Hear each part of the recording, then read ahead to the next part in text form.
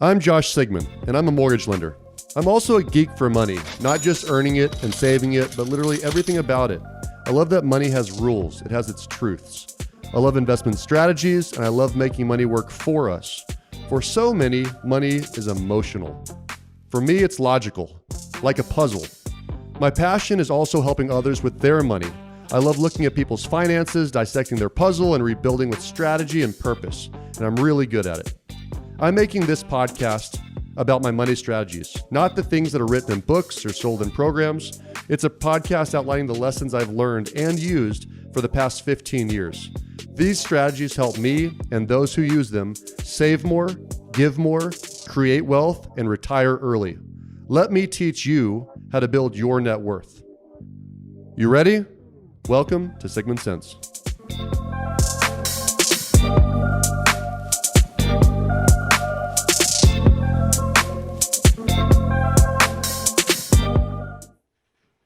Ready? I like your hat too. We like your hat, Gabe, and welcome back to Sigman Sense. And we're going to have a fun conversation today. We are, but first, we have that really cool email address, sigmansense@gmail.com, and we have a question. So we're going to make the entire episode based on that question, I believe. Yeah. So talk slow. No, I'm just kidding. No, this is. Okay, we have two questions then. Okay. We have two that we can talk about. Well, this one's from my buddy Eric. Eric asked a question about how do you define success. So super interesting question. I love unpacking this topic. This is worth an hour. This is worth totally. An hour. So Eric, kudos to you, buddy, and I hope this helps. But yes, and also for those that want to send in a question, but maybe want to be left anonymous, we can totally do that too. So just let us know if, hey, I don't want my name blasted. I get that. Just throw it in the email. But it's been fun getting all the questions. And yes, ma'am. Yeah. So here's the question on the table today is how you define success. And so I started thinking about that. I was like, that's not an easy question to answer because obviously there's not a definition for everybody. It's not one size really fit all. An answer. So I'll tell you when I was thinking about it late last night, because I did think about this late last night. There were 4 basic answers I came up with that will probably equate to most of anyone listening. To really narrow it down, 2 we'll talk about, 2 we won't. But strictly biologically, success is determined by the continuance of the species. So we can start there. If you have kids, well done. Well done. Check. Check the box. I have 3. I am doing my civic duty. I'm trying to raise good kids. Absolutely. I would take it a step further. I would say that if you have kids that can take care of themselves and that you can provide for and take care of as well, then you're doing a great job. I don't think it's an amount of money. I think it's, can you bring kids up to be better than you and do better than you? And are they going to be people that you want to hang out with? Little humans that are fun. Yes. That is such a big deal. I want to be able to enjoy when they come over at Christmas or call me and say, hey, it's Sunday. Do you want to go have a drink and watch football or baseball, Yep. I think it's a very controversial conversation too in this piece because I don't care what political party you are. I know which one, if you're not with me or against me and you're wrong, but I will say that there are, unfortunately, situations, and it's really somewhat widespread where people use kids as a mode of income, and it's a real situation that some poverty-stricken areas of the country really are stuck. If you go back to the good old days, a couple 1,000 years ago. When we were all agriculture based, you wanted to have as many kids as you could because that's a whole lot more hands to plant seeds and carry fruit, right? Yeah. So I say this lightly, but I would actually start with having kids, adopting kids, raising kids. All that is for me a big success point. So right? I'll tell you, we have a very clear path of success that we're on right now as parents. And do you ever watch the show American Housewife? It's a sitcom. Thank God, no. It's so good. So good. So when you have time to watch that, they have.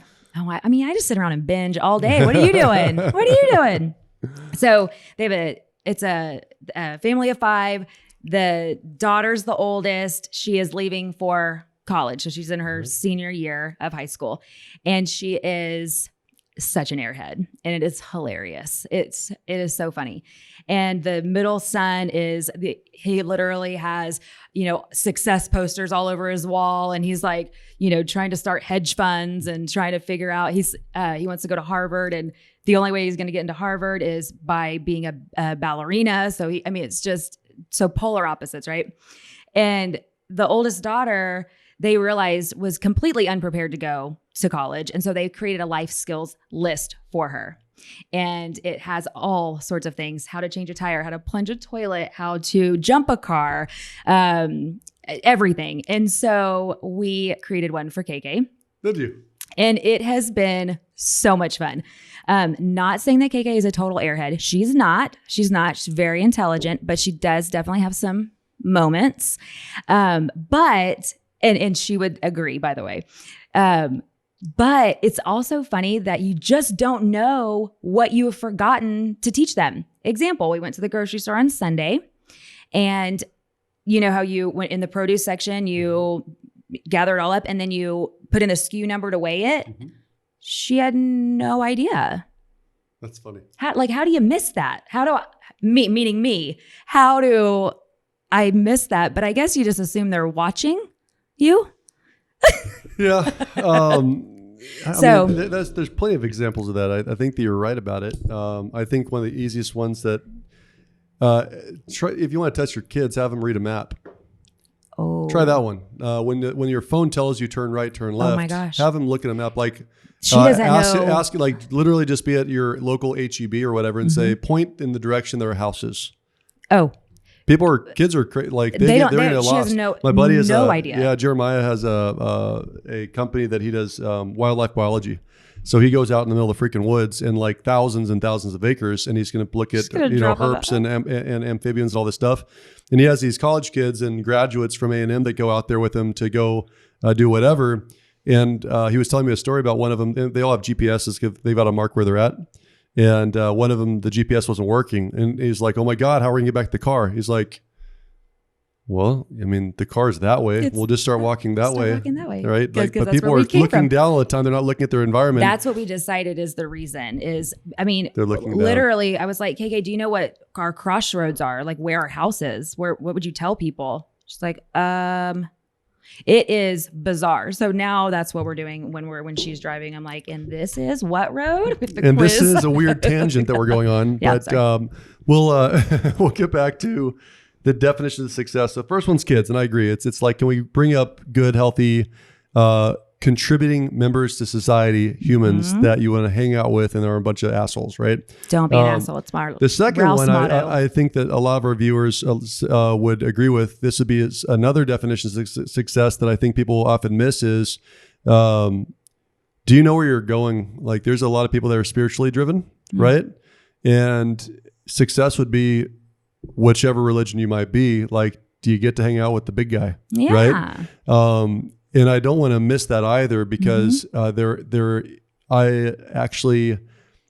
love that concept because it removes a lot of stress in the day-to-day activity. If that's really the thing, and you act out that thing every day, then there's a lot of stuff here on earth that we get really pissed off and bent out of shape about that really don't matter if you have a spiritual bone in your body. Yeah. And the big picture doesn't matter. So don't forget to, this goes back to why we talk about the wheel of life and the balance in life, because that's a big part of success too. But obviously the two that business people for a money show, money people would be interested in, I guess, that it's worth talking about today would be, how do you define success? And it usually comes down to money and time. Money and time. Career. Yeah, so it's people will say, well, if I can make X, then I'll be successful. People will say, if I can make X in under this number of hours, that'll be successful. People read the book, The 4-Hour Work Week, because if they could just get by, but do it in 4 hours a week, that would be successful. There's a million definitions, but they almost always cross roads at some combination of money and time. And so I think that's where it's probably worth going into too. I am very clear about my definition of success, and I've said enough times in my office that my team actually bought a sign for me a couple years back that's on my wall in my office. And my definition of success is really easy. It's doing what I want, when I want, with who I want. That's my definition of success, doing what I want. I was thinking about your definition of a good day and the laughter. That's what where I thought you were going. But that's my kids right there. I can define a good day for sure too. And actually, we'll go into that. I don't want to forget to bring that up. That's excellent. Good day. But definition of success for me is doing what I want, when I want, with whom I want. Right. So how do you do that? That's the question, right? Because if you are struggling at home and you're barely paying the bills, then that might require you to do a job that you might not like, that work for somebody that you don't like. And certainly you'd rather be with your kids or whatever, or fishing than where you're at. And so that can be a grind as well. So let me ask you this, and this might be a little bit of a tangent, but that's what we're doing today. Well, that's what you're good at. Tangent Tuesday. So if you you have to pay the bills, you got to take this job. It's what is available. It's the job that you get.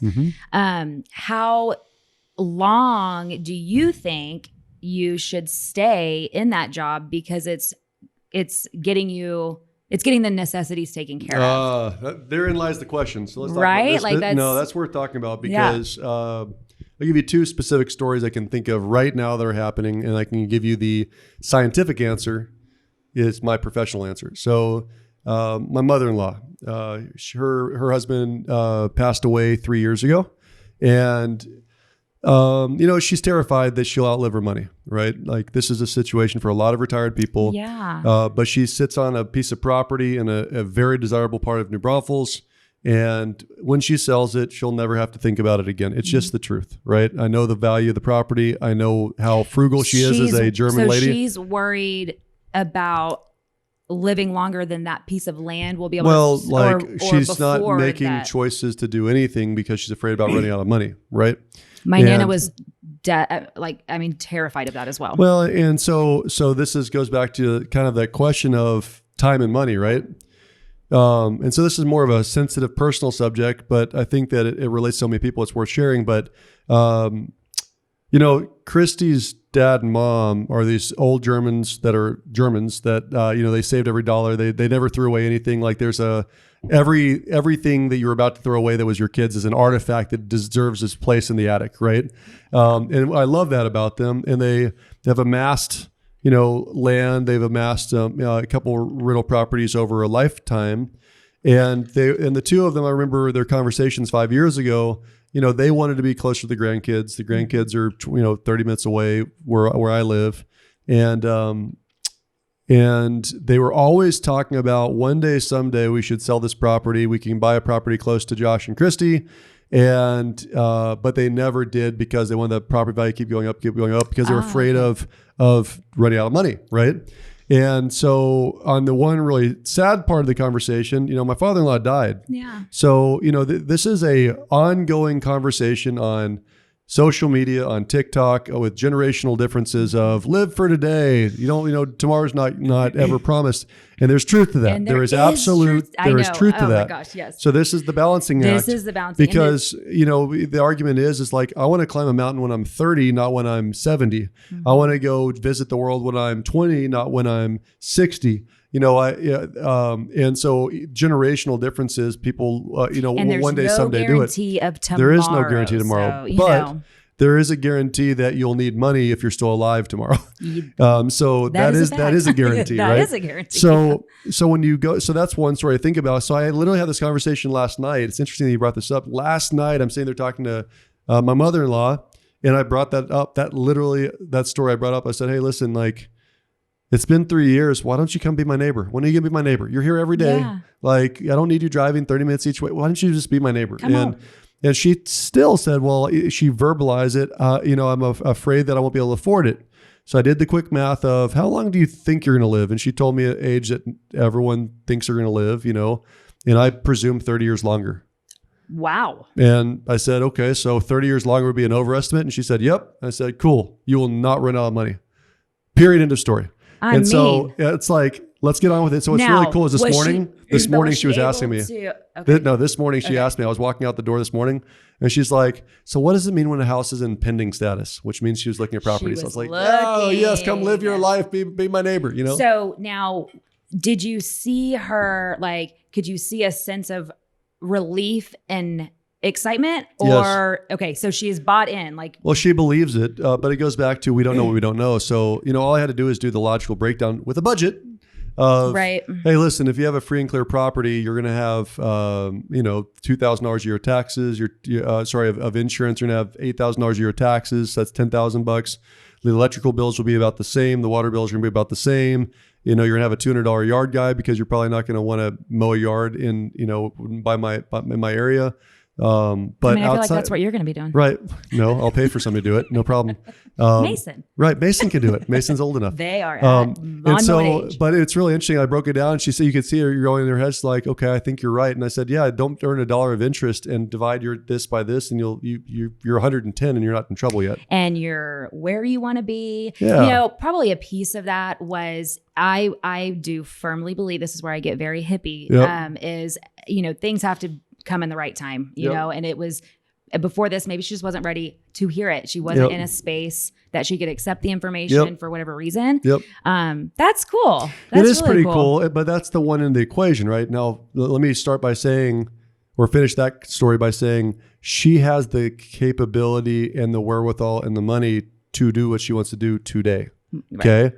The flip side is what people are doing where I'll just, be a hippie and travel the world and, throw caution in the wind and hope it all works out. Well, here we are in COVID. I really want to know how people do that though. Like, well, it's how cool. do you do that? There's lots of information online about it, but the simplest answer is you get okay with living very simple lives. Like you don't have an attachment to stuff. You don't have cars. You don't have a rent. You're doing VRBOs or, a room rental. Or staying at a hostel, staying at a hostel, like you are totally simplistic. And there's so much staying with friends. And this is something I have envy around. I've got several properties and, they say more money, more problems. And there's truth to that too, right? Like I've got an AC going out at somewhere at every month of the year. And I've got, something happen with a tenant every month of the year. It's just more ongoing. Deals, more problems. So I get the idea of sell everything, get rid of it all and live simply. And if your life in 10 years from now can sustain that, good on you. Like if you're totally good with that. Now, how you do that and have kids, one of the other definitions of success, debatable, right? Because I can totally sleep on a beach. I can camp. I'm good with it. Randy, I do not want my kids to be camping on a beach for the first 15 years of their life. No. So. But not everybody wants kids either. So absolutely. And that's what I was saying. If it's in alignment with your life goals in 10 to 15 years, go for it. Right? Like that's awesome. I'm jealous of that. But the flip side then is then how do you define money success? 3-4 answers, and then the scientific thing that I think. How long do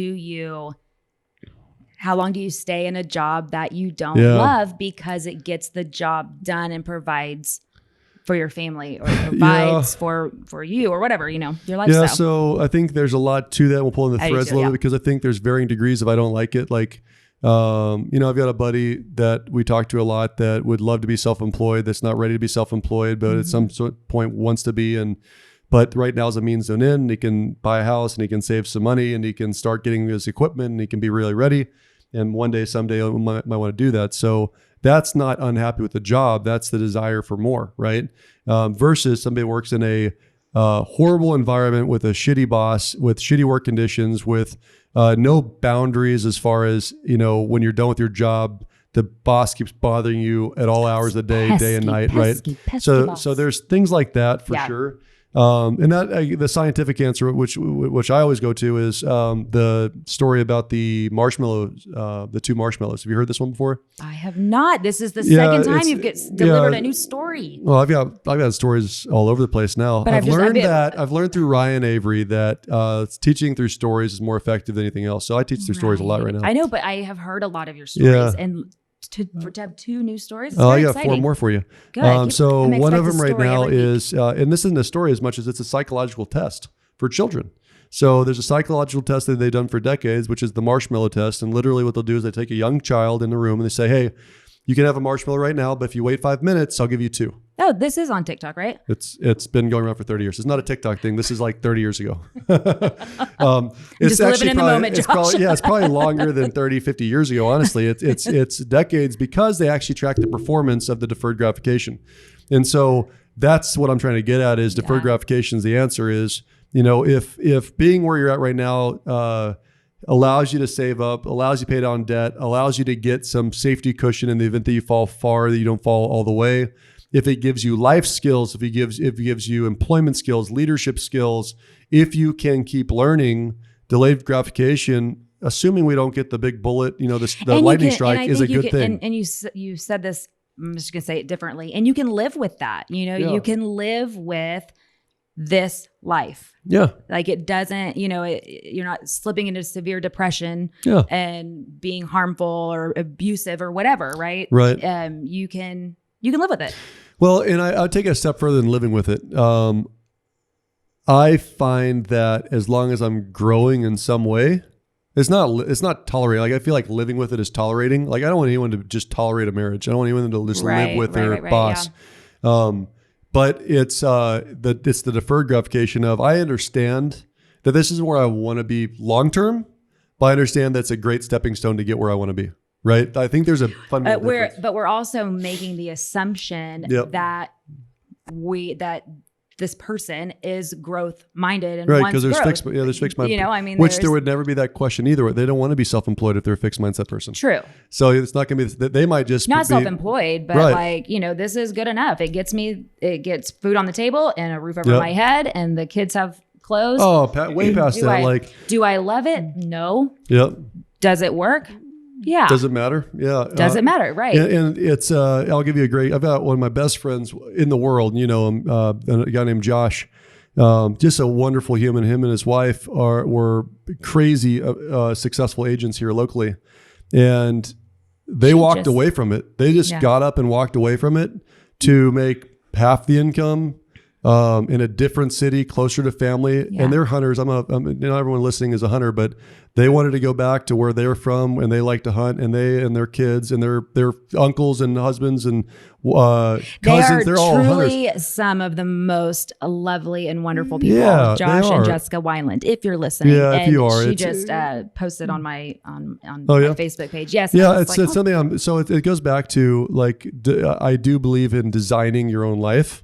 And so for them, it's not about the money. It's about having enough money to allow them to have the family life and the hunting life that they wanted to have together. And so I love that. Because I think it drives home the point, or one point that I was definitely going to bring up is that I think you have to spend time thinking about what do you want? And what success does look like to you, and be okay if it's not a Ferrari or a mansion or whatever the people around you want. Especially if there's a lot of like-minded people around you that are all really into mansions and Ferraris, for lack of just for ease of example, right? Yep. And not getting sucked into that. Well, yeah. I think that's why we need to talk about the problems and the problems. This all goes back to the only reason this was probably a question. And by the way, the guy that we're talking about is very successful. He started his own company a couple of years ago, and he's crushing it. I'm talking so when I really, really met Eric and we started getting to know each other, he was like, I just got done being the big boss, making all the money, losing all my hair. Yep. I want to do X amount of deals of insurance per month and go home and be happy and be really happy. Yep. And in a 2-year span of time, which is interesting, he is now way past that. Well, and he did embrace the change that he went through and realized, oh, well, maybe that's not exactly what I want. Maybe it was at the moment, but he recognized it quickly, took another path, and opened his own brokerage. Talk about, that is such a beautifully vast swing. Yep. But I also think that's where some of this question is coming up, because it was fast and furious. And, there's a couple of, they're very different. They look and feel very different. And it's going to be different for everyone. And I think that let's talk about the problems first. There's a lot of problems about why people are unsettled, why they're unhappy, why they don't feel successful, even though people around, think about, let me just I'm trying to give a statistical example. If you have more than $10,000 in the bank in San Antonio, Texas, you're the top 10% of the city. Yeah. Say it again for the people. Actually, I'm going to say it again for the people in the back. If you have more than $10,000 in the bank in San Antonio, Texas, you are in top the 10%. top 10%. Which is crazy because we know we can't retire on 10,000, right? So, but let's take this a step further. There are people that are still climbing over the border wall to get here as quick as possible because life here is a whole lot better than life there, right? And you take that globally. If you have $100,000, if you have if you have $1 million, you're talking about being in the top 0.01% of the world, right? Of the world, not of the city, not of the nation, of the world, right? So who are we comparing ourselves to? Like it's kind of like being the comparison is a thief of joy. I mean, the keeping up with the Joneses is the first biggest problem. And TikTok and social media in general is the cause of all evil, in my opinion, or the root cause of all evil. But because of the comparison, because no one shows all the bad shit that's happening in your life, they just point out the good stuff that they're doing. Right. And it's usually fake, or half of it's fake anyways. Right. But still, we have to talk about that for a second because you don't want I think it's okay to be vulnerable and to say, hey, shit's not hunky dory all the time. I think that's totally fine. You don't want to bring down the world either. But you don't, right. Like you don't want to be, and you don't want to share all your, dirty laundry with the world. And so I think, and I think there's a lot of people that turn to social media. I can speak personally. I turn to TikTok when I need a little boost in my spirits because the music just puts me in a really damn good mood. Like, you're such a child. I love it. It's like childlike. That's awesome. I love that. Not so much Facebook anymore, and not so much Instagram, but TikTok, man, like get your booty shaking and get that music. And I mean, so I think there's a lot of people that turn to social media for that. And so, if we could keep it more of a beautiful place, I think that's good, with the very clear understanding that it's not always what it seems. There is no such thing as the perfect family, marriage, relationship, parents, right? Like everybody has their stuff. And if somebody's listening right now, I would say that the problem is that we're assuming that children and people, like average age of all social media is under 30, right? And so you're assuming that children that are 7, 10, 15, and 20 have the rational thought that that is not real life. If that's the only lens that they're looking through because they're stuck at home and that's all they're looking at is that's what I'm supposed to be. That's why the suicide rates are crazy, right? Because I'm not that and I'll never be that. That's the key is comparison is the thief of joy. Yeah. And so I want to take this step further because that's not the big point, because obviously some of you are watching this on social media. So there's clearly some good stuff. I'm like, we really like social media, right. Josh. But here's the couple that I wrote down that I think are stealers of joy, right? First thing I wrote down is unrealistic goals, right? Like there's a difference between dreamers and doers. I know I've said this before, but it's great to dream, but if you don't take a freaking step towards it ever, like eventually it's going to catch up with you and you will feel like a failure. You will feel like a failure. Not somebody's going to tell you you're a failure. You'll feel like a failure because I kept on thinking I'm going to do this one day someday, but you don't ever take a step towards it, right? Yeah, it's just that. Why does that happen? Usually it's the lack of knowledge, lack of planning, lack of preparation, lack of instruction. It's everything. Lack of education. It's the how to get shit done episode. Yes, that's exactly right. It's exactly, go back and watch that episode. Yeah. It's not doing any of those steps makes you say, I'm going to be a millionaire. And then like you get really upset with yourself when you never do, right? Yeah. So that's the first thing. So stealers of joy. Yeah, stealers of joy. Unrealistic goals would be one of them. Second one is actually drive or lack thereof. Okay, so let me explain this. So drive is a problem. Like I have a lot of drive. I had a lot of drive. Most of the people that have a lot of drive have it because they have a chip on their shoulder. So let's be really clear about that. Somebody knocked some kid down in football when they were a teenager and now they run in the NFL. Somebody had their toy taken away and they wanted to fight back. I had, my dad cut me off at the knees with finances and I wanted to go prove him wrong and go make it on my own. Right. Yeah. But there's some sort of chip on everyone's shoulder that has a lot of drive. It's usually because of something bad that happened in the past. Drive is never born from a good situation that I'm aware of. Right. Gosh. Now I like really want to think through this. Tell me one person. Like, I mean, if you're the person listening, please share it. Like there's something in the past, you're not good enough. You should be faster. You should be smarter. Why aren't you like your sister? Why aren't you like your brother? Like those are negative things. But we internalize those as kids and we're like, I can beat him. But where did it come from? Because of a negative experience, negative statement, or something like that propels us to like prove somebody wrong. That's the chip in the shoulder. So drive is a good thing for a while. It allows you to get the extra gear when people quit. I talk about in insurance sales. I was a top performer in my first year because of no other reason than I worked earlier hours, I worked later hours, I made more calls than everybody else. Why? Because I was poor. I didn't like it. I was going to say because you needed a I was paycheck. Poor. Yeah, so I was super driven. But here's the problem.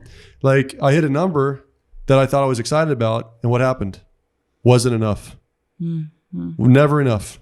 Like I hit a number, it's got how much is enough money? That is painful, and that is a problem. It is a problem because you never celebrate. It's painful. You never celebrate. You get somewhere and you're like, great, that was a whole lot of work. And it's really hard on the people around you, which is what is probably like problem point 2. Right. Or that's probably bullet true. B, like one, you're never satisfied, but shit, now nobody else can be satisfied around you either. Yep, that's actually an interesting point, especially family members and teammates, things like that. Yes, yeah. The lack of drive or the lack thereof is equally a problem, though, right? Because why? Yeah. I mean, for those that have kids, it's really easy to have the thought of, dude, you've got all the freaking things going for you in your life. Why don't you put in a little bit of effort? That's it. So lack of drive is a big problem too, because I used that elephant story in the last episode about, some personal belief that you can never be that. You're not smart enough. You can never grow up because you're an elephant with a rope around your ankle. Mm-hmm. And you can never break that rope. Something's holding you back. And that's why you have a lack of drive too. I would say lack of drive also. You got to be really careful for this with who you hang out with. Totally. There's a quote that I've been saying a lot recently, which is show me your friends, I'll show you your future. Right. Yes. I heard you say that. And I love that. I don't think I've ever heard you say that before. And I really like that. Yeah. It's not like my thought. I heard it on a YouTube video a couple years ago. This older gentleman with glasses. I can picture his face. Can't remember his name. Don might be his first name.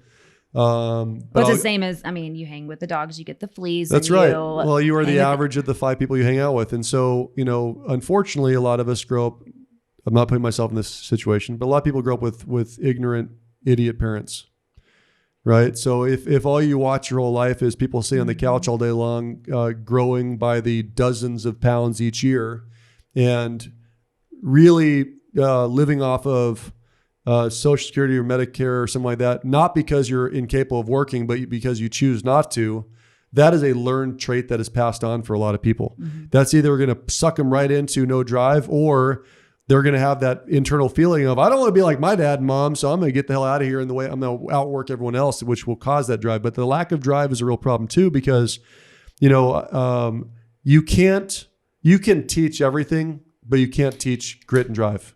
You cannot. Or attitude. You can choose attitude. That's interesting. Attitude. Attitude and drive. I think you can teach attitude. I think usually it's an awareness issue. I think you can teach it, but I can't teach drive though. That's my point. I can teach everything. I can't teach drive. I don't know. I think you can teach attitude, but it's not. It's a way of being. Mm-hmm. It's not a I don't know. Okay, I'm willing to go down this tangent because this is actually, I'm super passionate about this. So we have a core value in our team that you're aware of. Solid, SOLID. A buddy named Will Duke and I had the same philosophy at our companies. Solid is serve others, outstanding attitude, learn and grow, incredible initiative, and dream big. Mm-hmm. Let me say that again: serve others, outstanding attitude, learn and grow, incredible initiative, and dream big. Why that's important for my team, my company, is that what I found is that if you have all 5 of those traits, those characteristics, those behaviors, we'll work together for probably ever, because the law of attraction. And you can have 3 or 4 of those 5 characteristics, but if you are missing 1 or 2 of them, eventually we're not going to like each other. It's like over and over and over and over again, I excuse one behavior because they've got the other 4. They're serving others. They're learning and growing. They've got great initiative, but they have a bad freaking attitude, and eventually you got to cut the freaking head off. And so here's why I want to argue with that I do believe this is a learned behavior. Yes, there are miserable humans in the world. I find that most people bite their tongues and don't tell them the truth. Right.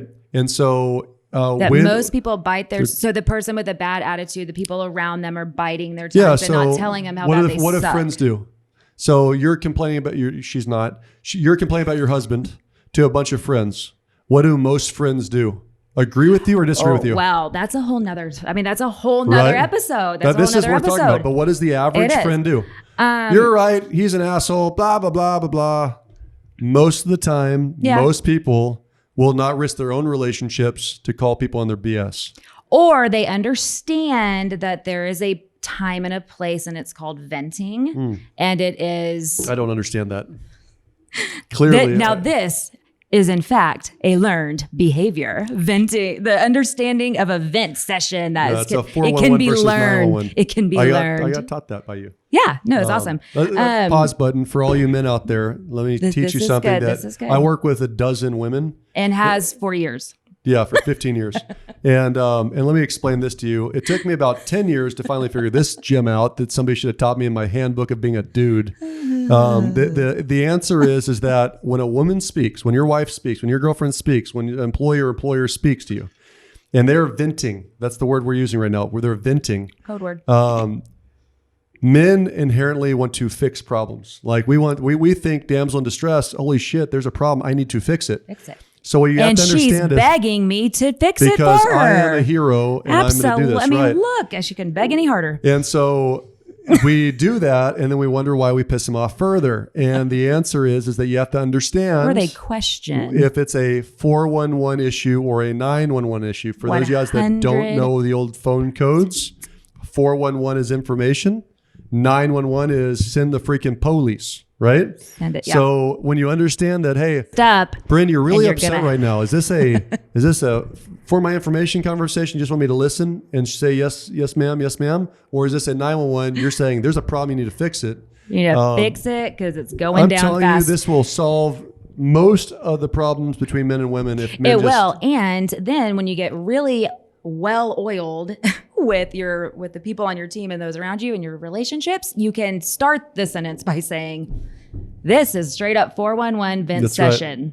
Right. So sit down, buckle up. Some of us don't need vent sessions, but whatever. Don't try to freaking pep talk me. Don't coach me. Oh my gosh. I have to tell you something too. I'll show you something. Well, by all means, please let me know. For later. It's for later. Okay. So we were finishing up this idea about, I do believe that attitude can be taught, because I do believe that most people don't wake up on the wrong side of the bed thinking, I'm going to be an asshole today. Like they're not wired that way. I have said that before. And yeah, I know. Mm-hmm. I've been around you for a long time. That's a Brynn original right there. And my point is that if you just call them out on their BS, and they respect you as either a peer or a supporter, right? A peer group supporter or somebody that's a mentor to them, then they'll listen. So maybe I'm thinking I don't want you to be right on this one. So I'm thinking I hire on attitude and drive. Okay. That's fair. Let me think through this for a second. So hire on attitude and drive. Are you saying that I'm right? No. Okay. No, we're not there yet. We're not there yet. To be continued. To be continued. I need a good attitude. I don't want to have to teach someone what it looks like to have a good attitude. Right. It's much better to hire one that's already, like there's books about this, like the energy bus, right? Like, you can come on in with that good attitude. We invite you to the bus. If you have a great attitude, if you have a crappy attitude, get the hell off. Here's your ticket. It goes one way, right? Yes. So going back to the problem being drive or lack thereof, the reason why I say that is a problem, the lack of drive, is I do believe as a owner, it is impossible to teach drive. Some people have it, some people don't.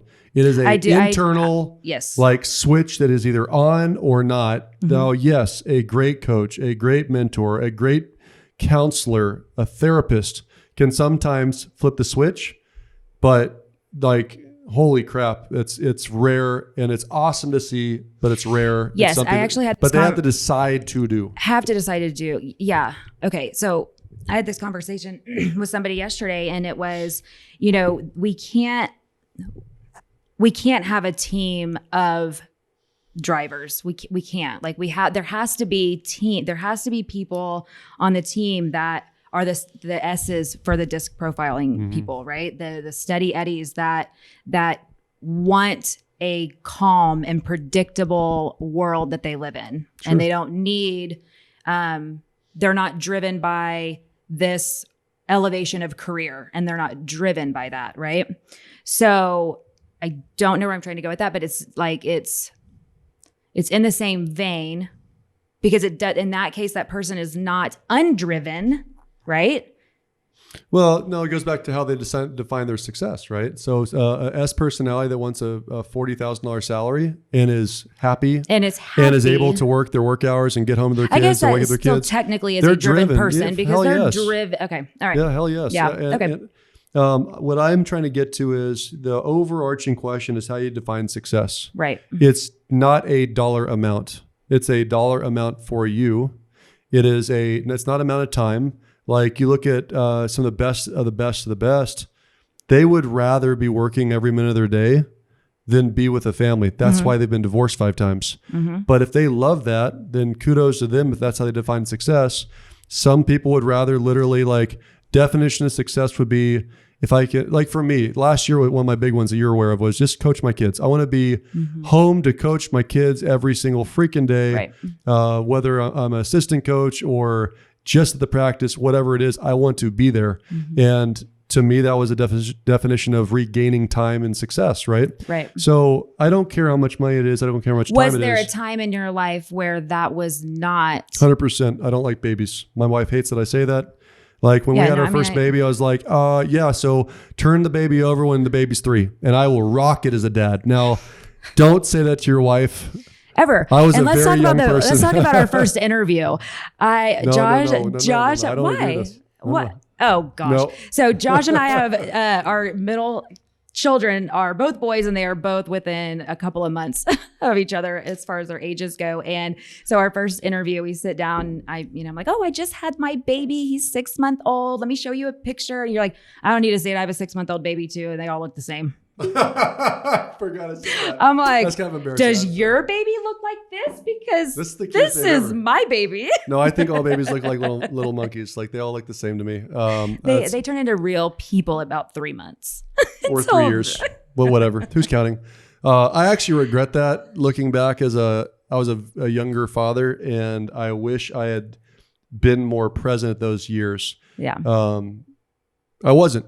So it's something for people to learn from too, right? You learn from it. And that's why I so desire it right now. But this is cool too, because I think that is a great example of an evolution of what success looks like and how it changes, and how to learn how to really lean into those changes, and be okay with parting with one that, think about, that's probably the hardest part, is like, man, am I really saying that having that income, that unit goal or production, whatever it is, right? Am I really saying that's not what I want? Yeah. That's especially for a high achiever. It's very hard to choose against that. I used to go to Vegas all the time. I go to Vegas maybe once every 2 years now. I used to go once a quarter with my friends because that was a fun thing. One thing that I do think in general, going back to that theme of you are who you hang with, this is something that a lot of people need to listen to, and they need to listen to it really, really closely. When you're having a conversation with your friends, whatever the friend group is, okay, the truth of the matter is that if you're going places, you will leave people behind, because not everyone is meant for the ride. And so the question you got to ask yourself in your mind is, are the people I'm hanging around with always talking about what happened yesterday, what hot chick I used to have sex with, what football game that we won back in the glory days? Yeah. Or are they talking about where they're going, what they're going to do, what they're about to achieve, what they're dreaming of helping? Like, are they talking futuristic, or are they talking in past tense? And here's where it gets muddy, because it is disguised as reminiscing. It's disguised as, just talking about. And the reality is it's settling. But can't you see how that is? I mean, it really gets disguised as, oh my gosh, we just sat around and just, talked about our freshman year in college. We talked about, and I think a degree of that obviously is, we're talking about extremes here, but that's where it gets slippery, is very slippery. it gets disguised as reminiscing when it's really you're hanging with the wrong people. And or you're convincing yourself once again that the future's not brighter than the past. And that's a really horrible thing. And this is why people are unhappy. Think about, I think I'm a middle-aged person now. I'm a middle-aged man. Yes. I'm working on a man, like a dad bod, right?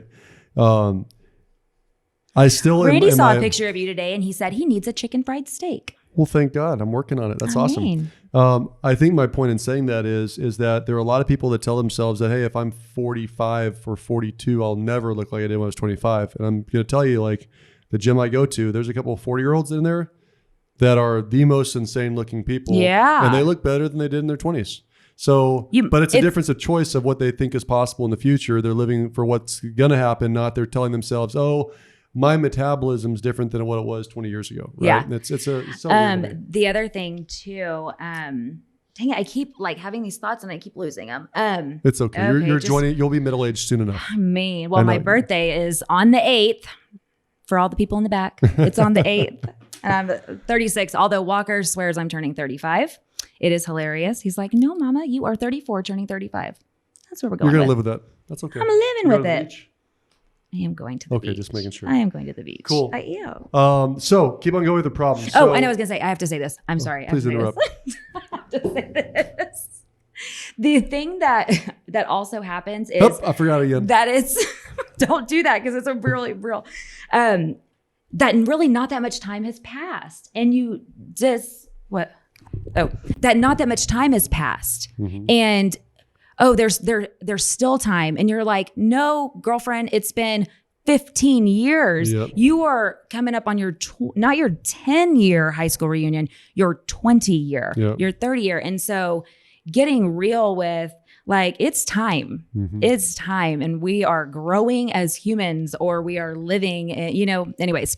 Yeah, I just going back to that too. I think that's why I've taken the last 5 years probably is when I really dove in with like I want to be a present dad. Mm-hmm. I would tell myself early on success, Eric. Early on success, I'd always tell people there's plenty of time because if you think about how slow time passes in high school, mm-hmm. like summer vacation in high school and middle school was forever. Literally forever. Right, and then you get into college, and I felt like if you go to college. You get into college and I felt like it went by really quickly. Like I was like, wow, 4 years went by really fast. Mm-hmm. Well, and then anyone that's ever had a baby ever, an older person mm-hmm. that has had grown kids will tell you, enjoy it because it can go by in a blink of an eye. The days are long and the years are fast. It's crazy. So there's scientific reasons behind this, and I'm not going to get this exactly right. So if you're a medical doctor, excuse me. This is interesting. But it's interesting to me that basically there's the proteins in your brain are a blank disc, right? You've got this blank disc when you're born. And that's why kids can learn a language and learn how to walk and all this stuff really, really rapidly because it's a blank disc that's getting lots printed on it. You go to sleep and it kind of formats, and then you wake up and you print some more. Well, as you get older and older and older and older, there's just less blank space left in your disc. So each year you're remembering less. You're actually remembering less. Because there's less being permanently ingrained in your memory. I thought it was something with vision. So that what happens is if you have less to spin through in a year, it feels like you're going faster. So it goes faster and faster and faster the older that you get. In your real time, it's just going faster and faster. So, so appreciating the day, and this goes back to how you've got to redefine success always. Mm-hmm. And I'll give some homework at the end to help people with this. But one other issue with this, and then kind of final thoughts on this before we go into solutions. Okay, is. There is, for some reason, a belief that if I get X, then I'll be happy, right? Oh my gosh. Like, if I could just buy this car, then I'll be happy. If I could just go on this trip, I'll be happy. If I could just get married, it's interesting. The 20s for women, like if I could just get married, I'll be happy. That's real. But when you come out of college, it's weird. Or high school, right? Start getting the first one gets the ring, and then it's. And then people start feeling like they're failures if they don't get married. It's like no, absolutely, right? But it's the if I then I'll be happy, and that is a real problem when it comes to success because now you're attaching arriving on a destination. And that is not ever, that's why it's always empty. So I'll give you a story. But how does that, where do you think that fits in on something that you really, really want though? There's nothing wrong with wanting, desiring, and working towards it. I really want a baby. I really want to get married. I really want to buy a house, and I can't. I haven't met the person. Well, this might sound cliche, but I would argue that the work is the reward when it comes to having a baby as a destination. Are you talking about the baby? I know you're talking about the baby. Let's talk about. Hey, honey, let's practice on having a baby. Fuck yes, I'm in. Practice makes perfect babies. Right. So I say that lightly, but there's lots of that's a solution. But that's what you weave in. I think that's where things can also start to get messy in your head. Is because it's something that you do want. It's not necessarily the only way I'll be happy, or if I get married, then I'm happy. It's I truly like. I want it. I have pictured my wedding since I was a little girl, and I want to have the white picket fence and the hubby. Nothing right? wrong with that, except for the fact that has any wedding ever gone off perfectly? Oh no! Oh, interesting. Yeah. Why is it so pointed out that the cake wasn't perfect? This groomsman was late. Why? Because they're trying to live up to an image that is impossible to make. Right. So whether it's a wedding, like think about babies. Like this is a sad, horrible thing. There are a lot of babies that come out with bad outcomes. If your happiness is tied to an outcome that you don't have control over, let's be clear, that God has control over this, right? There's a possibility to not have a baby. There's a possibility of having a baby and then having to, what's it called? Miscarriage. Yeah. Having a miscarriage. Then there's a possibility of having a really sick child, right? Which is not necessarily the ideal thing that we're thinking about when we're having a baby, right?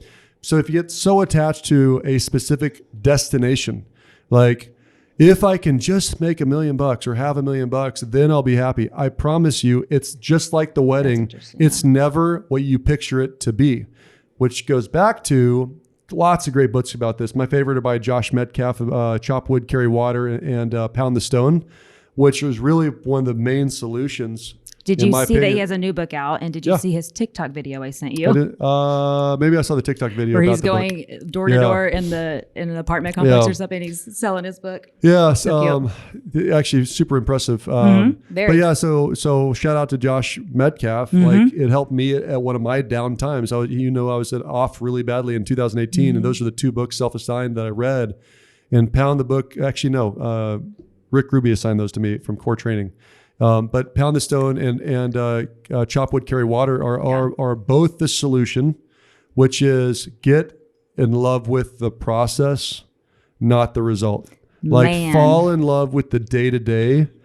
The result will most likely come. It might come sooner, it might come later, but get addicted to what you do, right? Like that's the first time you've said that, and it's the first time I've ever thought about being a mother with that. Like, which is where super interesting. That is interesting. So I always go to work, right? Like love the grind of work, but man, loving the grind of being a mother is really important because again, tomorrow's not guaranteed. Yep. You don't know when you're going to have the perfect day with your children, right? And you don't know if your child's going to turn out well. I mean, and what's also interesting is some of the best days that I end up having are completely unplanned with any one or three, any combination of them, completely unplanned. And so you have to be like ready to accept those moments and love just the general act and duties and responsibilities of being a mom, which is cleaning up snot and cleaning up sticky floors and bathing people and feeding people and dental appointments and cuts and bruises and diabetes. I mean, and up all nights and up all nights and and that. Yep.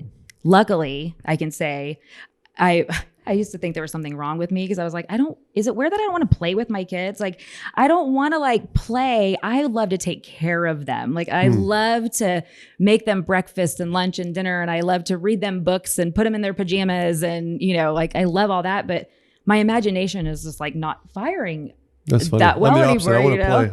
That's so funny. I want to play.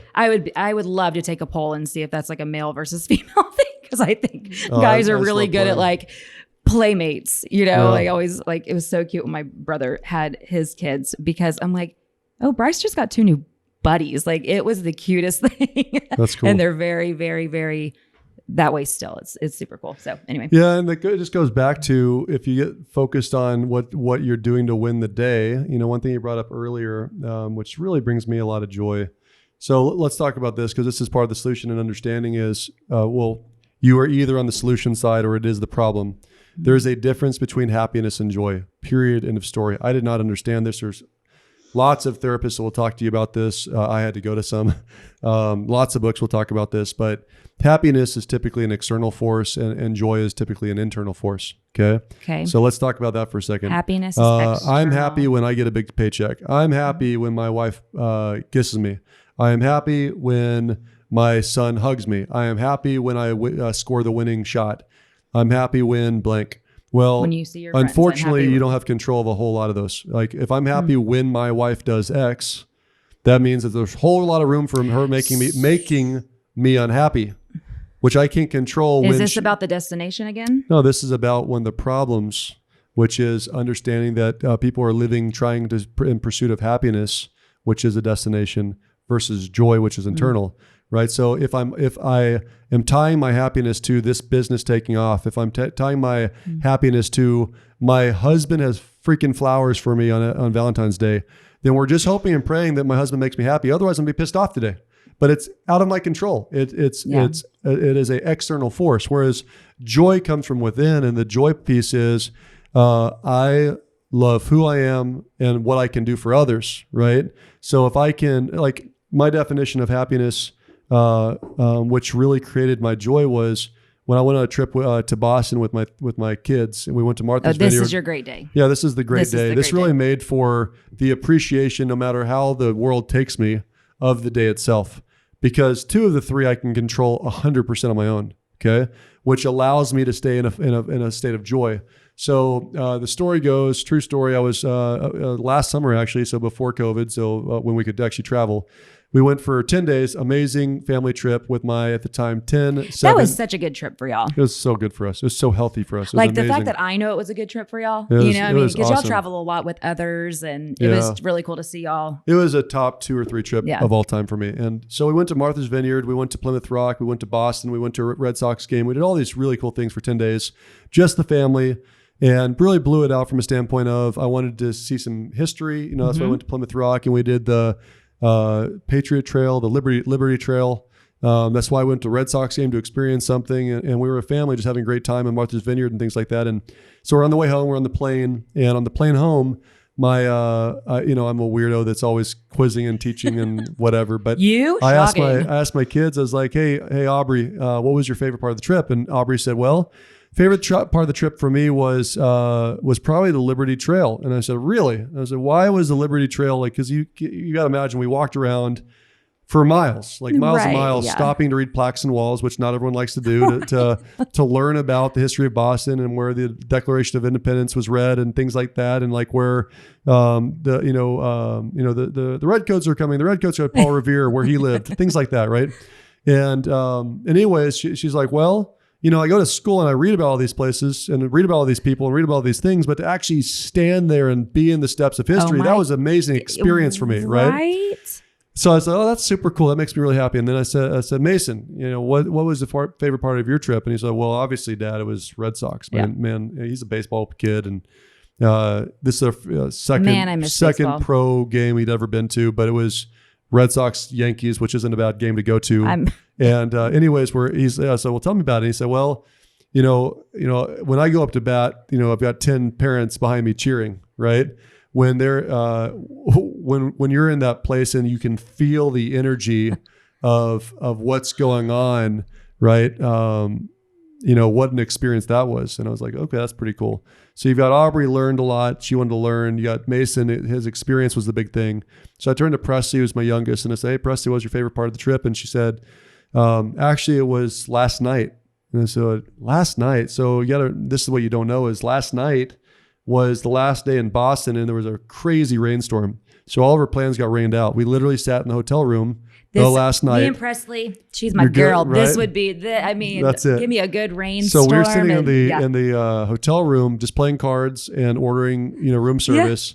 And she said, yeah, last night, Dad, she said, I laughed so hard last night that my belly still hurts today. And I was like, that's awesome. So my definition of success forever after is if I can learn something new, if I can experience something new, or if I can laugh uncontrollably, I had a great day. And so you got to remember, like, do you find that you have to remind yourself of that all the time?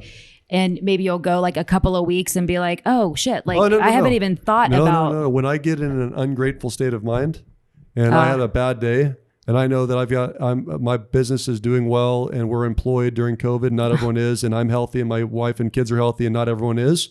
Like the lack of gratitude that I have disgusts me sometimes. And so I fix it quickly. And so like, what is a bad day? Like, yeah, what's really a bad day? Right. So the easiest thing for me to do is just pick up something to learn. Like I can Google, YouTube, read a book in 15 minutes and learn something new.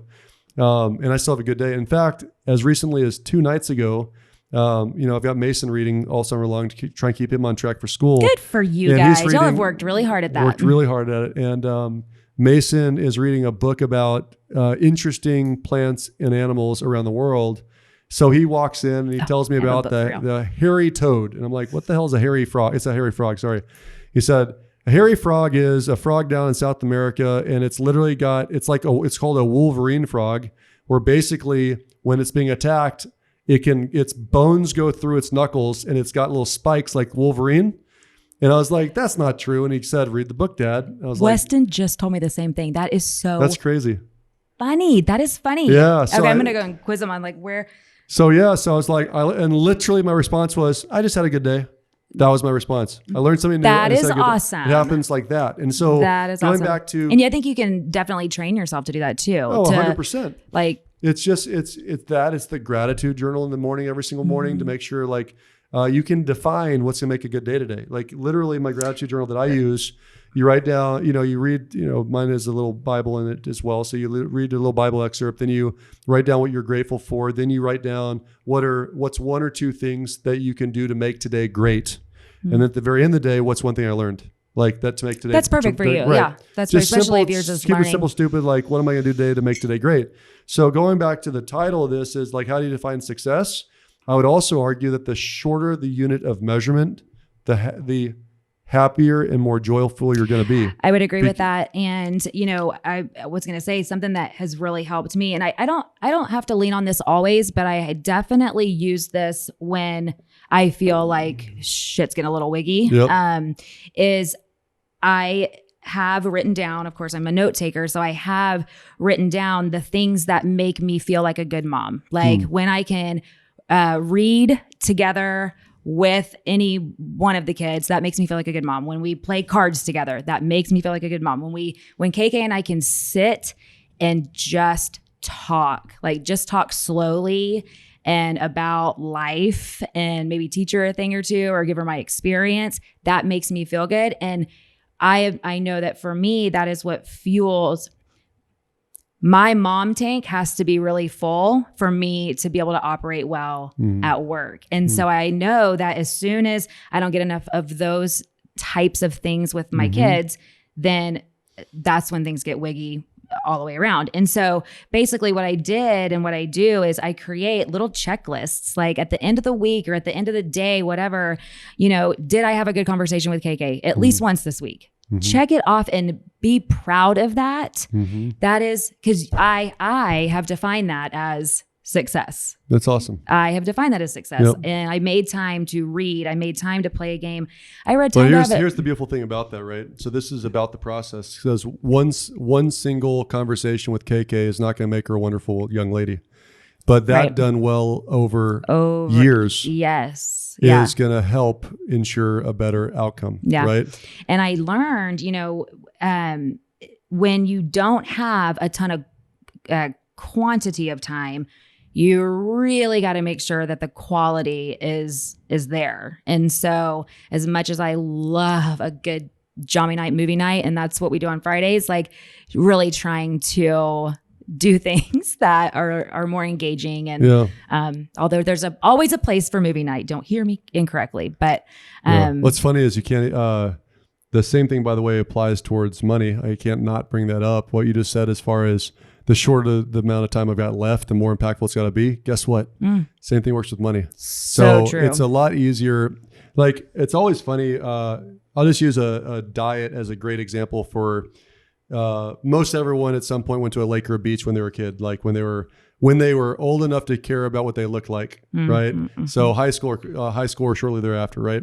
So we're going to go on this beach trip or this lake trip in 6 weeks, right? No carbs. So no carbs for 6 weeks.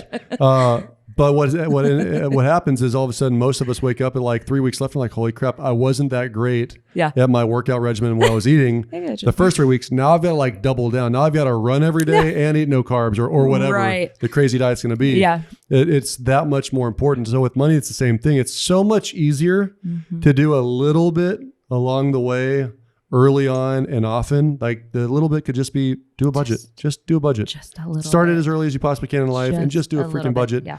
That done a little bit for a lifetime is way easier than waking up at age 50 and saying, oh shit, I actually want to retire when I'm 70. And this might go out to, that group of people that was saying, I'm going to live my life today because I don't have to worry about tomorrow. Trust me, unless you die, you're going to have to worry about tomorrow at some point. So yes, I want you to live your life today, but not at the expense of tomorrow as well. Not at the expense of, as long as you can do it in alignment with, just not at the expense of tomorrow, because tomorrows can be pretty brutal for a lot of people, right? So appreciating the process, I think, is really, really important.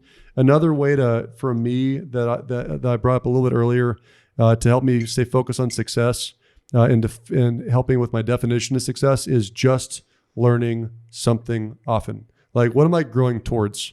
Where a lot of people get in that kind of drifting mentality where you're kind of like, it's like Groundhog's Day. Same thing's happening day after day because they're not moving the needle towards something. Like, I think in one of our podcasts that was back in March, I said that there's going to be certain people that at the end of COVID are going to have a new language learned. Yeah. Well, 5 months later, there's somebody that's now speaking a different language because they seize the moment and they use the opportunity to the extra time at home to just learn a little bit every single day because they couldn't go out for a little bit of time to go see friends every moment, every day, right?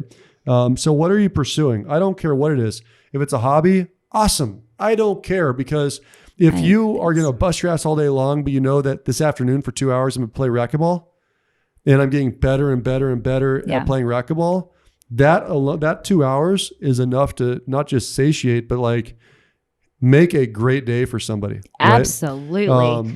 Moving the needle, just the moving the needle. I think we as adults and parents, or just adults, we really lose sight of how important finding those little hobbies or projects or whatever are along the way. It's kind of sad. It's like, I was a cheerleader my whole life. Why does it have to end? Like, why can't there be adult cheerleading squads? I mean, how fun would that be? Because you would definitely lead it. You'd be the captain. Abso-freaking-lutely. And it would all be in better health and shape and everything because of it. Why does it have to end? But one thing we did tell the kids was, there's a lot of hours in the day to fill. And we've been having this conversation, obviously, because it's been summer. And I did pick up a new hobby, and it was fun. I actually have been working in the yard, which is not something like it was in the vows. I do not do yard work. Like, it's not my thing. I don't like it. And so was it really in your vows? No. It's like, that's pretty impressive. But it's like, what you're getting here. Right. There's no bait and switch. I am not a yard girl. The kids really have kind of struggled with, if they're not playing baseball, if they're not going to school, if they're not, doing what they normally do, what do they do besides play video games or ride bikes with their friends, right? And so we challenged them to everybody. We gave everybody a little budget, and they had to find a passion project to work on, something that is not going to be us nagging. It's going to be them saying, what can I, like the boys want to do a little room renovation and build some shelves. This is not something that I want to have to say, are you guys going to go build your shelves? It's, let's go do it. Let's go build our shelves, awesome. And so I think that, just planting those or staying consistent and doing those things for ourselves, we can carry that into adulthood. And I think that is part of, It's part of the success. Success of everything. I want to kind of wrap up with homework around this, because if you're really working on this, struggling with it, yes, action is the most important thing, but you should sit back and think about it in quiet space or with your spouse. And maybe even ask your parents. Ask your parents. So one thing I told my mom and dad that, what do you want to be when you grow up? And I said, I don't know, but I want to wear high heels. I want to work in a big office building, and I want to carry a briefcase. That's really funny. Well, okay. And so, I don't know. How old were you when you said that? Young. I mean, I was young, and elementary school for sure. And we had gone on a speaking engagement to Houston, and I took a picture in the elevator, like a selfie of myself, like what I was wearing, and sent it to my mom and dad. And they were like, "You did it. You did it." And she reminded me of that. So sometimes talking to your parents too they can tell you what you would say and what, and how simple is that, right?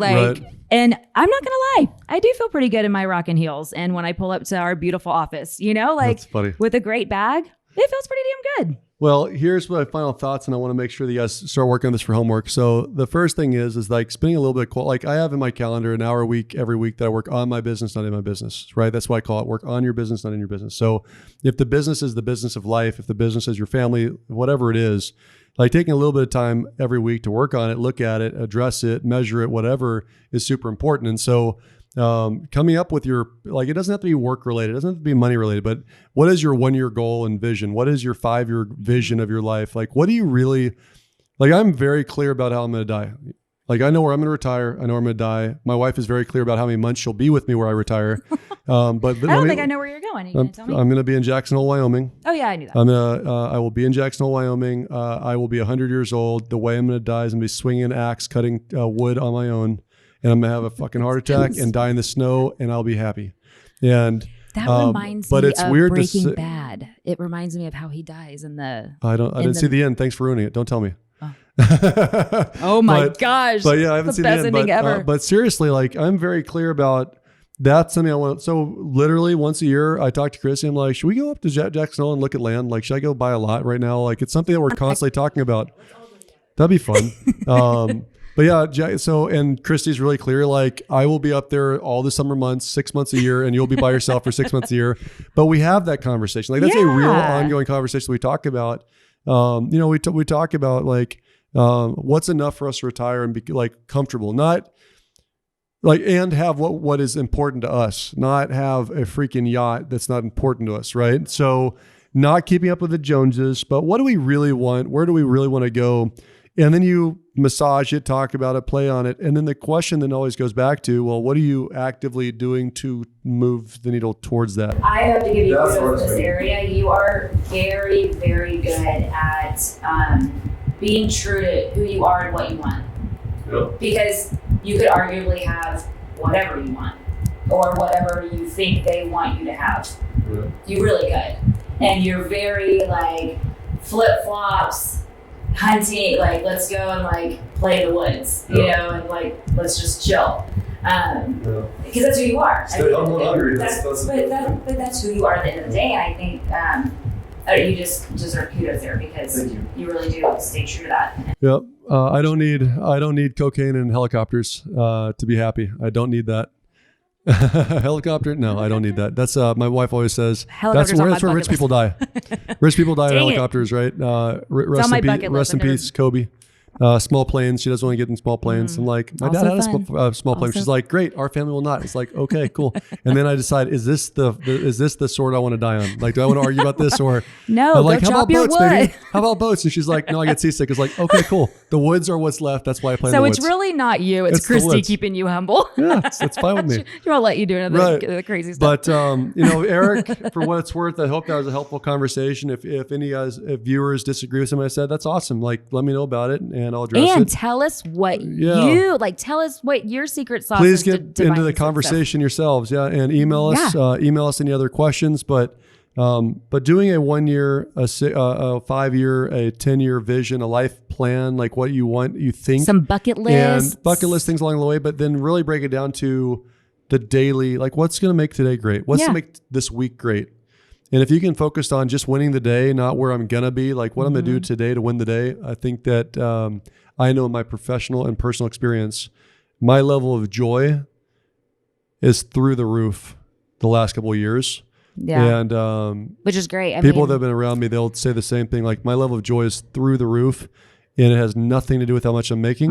And I've absolutely had some challenges in my life and in my business the last 3 years, and I'm still the most joyous I've ever been. And so these are some simple steps I hope that you follow. Absolutely. That was fun. That was fun. Hey, we'll see you next time on Sigman Sense, guys. Cheers. Bye-bye.